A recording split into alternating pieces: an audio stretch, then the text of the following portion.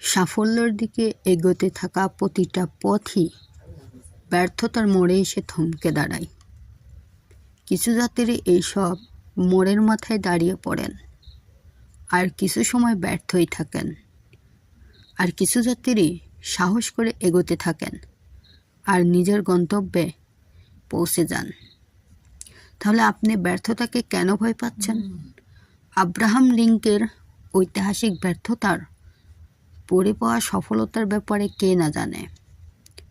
আমার দৃঢ় বিশ্বাস, এই ভিডিওটি শোনার পরে আপনি আর ততবার ব্যর্থতা হবেন না। কিন্তু হ্যাঁ, আপনি শেষ পর্যন্ত ততটা সফল হবেন কি না সেটা আপনার পরিশ্রমের উপর নির্ভর করছে। বিশ্বাস করুন, এই পৃথিবীতে এমন কোনো ব্যক্তি খুঁজে পাওয়া যাবে কি না সন্দেহ, যিনি